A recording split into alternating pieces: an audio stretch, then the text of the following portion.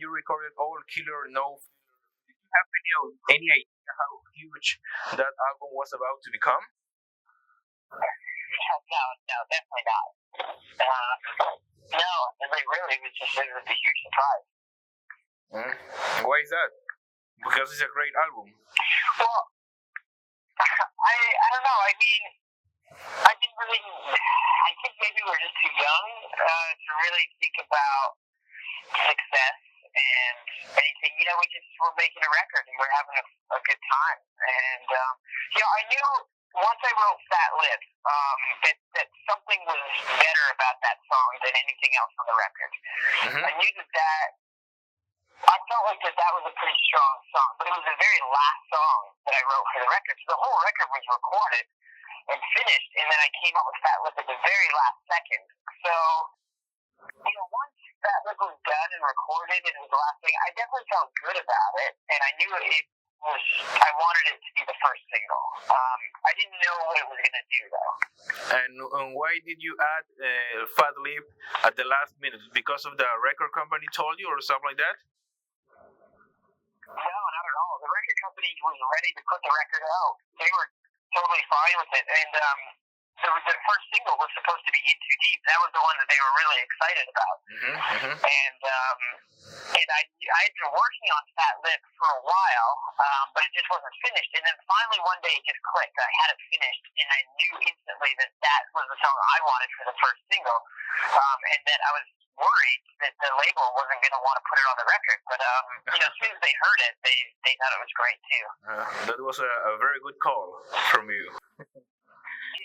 Yeah, it was lucky. It was just a last second kind of just out by luck. Mm-hmm. And that song is very different because it has a hip hop intro, right? Yeah. And were you influenced by maybe I don't know Faith No More's Epic or something like that? It was more like old school rap. I mean, the biggest thing that we loved was Run DMC and Beastie Boys and LL Cool J. That kind of rap was what we were really into. Mm-hmm. And since there was a few of us, we sort of kind of turned it into more of a Beastie Boys, Run DMC kind of thing. Oh, all right. Sum 41 played in Lima last year, and you had 3 guitar players on stage. But back in the day, there was only 2, right? You and the guy Brown, like you call him. Yeah, Brown. And why is that? Why do you have now 3 guitar players on stage? Well, Dave Browntown left the band in 2006, and we replaced him with Tom. And 10 years later, 9 years later, Dave rejoined the band, but we didn't want to kick out Tom, so we stayed as all of us, and now we're a 5-piece. Mm-hmm. Kind of like Iron Maiden back in the mid-90s, right? Exactly. I mean, that was like one of our references when Dave decided to come back. We, since we're such huge fans of Iron Maiden, we thought, that it worked for them, so it would work for us. So that's gonna be a permanent lineup, 5 members. Yeah, definitely. And when it comes to the writing process, all the 5 members work to write new songs, or only you and Brown? I mean, no, the way it's always worked is that I'm the sort of the main songwriter of the band, and that's still the same. It's just, we have different. The way we play guitar, the 3 of us, is we all have different styles. So I'm more of a rhythm guitar player. Dave's a lead guitar player in that he plays solos. And so Tom's a lead guitar player as well, but he's really good at playing riffs, and we just sort of split up the parts like that. Oh, all right. And what do you remember about your first show in Lima last year? It was in a huge festival. Yeah, I mean, it was a great show. It was just really fun. We haven't really been down to South America too much, so it was kind of like we're pretty new there. And it was, it was a big show. The crowd was great. We had a great time. Mm-hmm. All right. You played. I remember my jacket was stolen. Really? How come? I don't know. It got stolen. Backstage? I wore a suit jacket. Yeah, it was on stage. It was like I wore it for 3 songs and I took it off, and somebody stole it. Oh, I feel sorry for that. I'm so sorry, man. I'm ashamed. All right. The band played MTV Icon Metallica.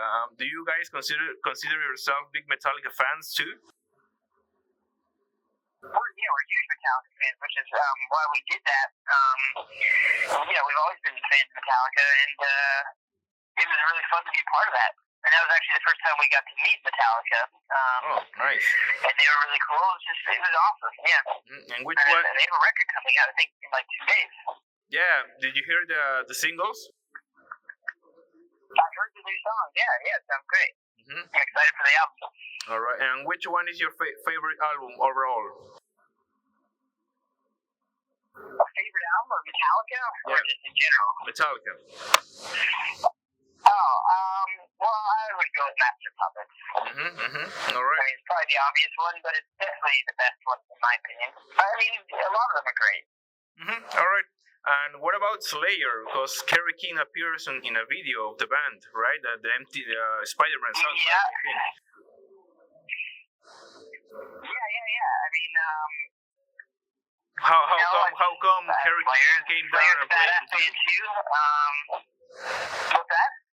How come Kerry King came down and worked with you? Because it's kind of like an unusual collaboration.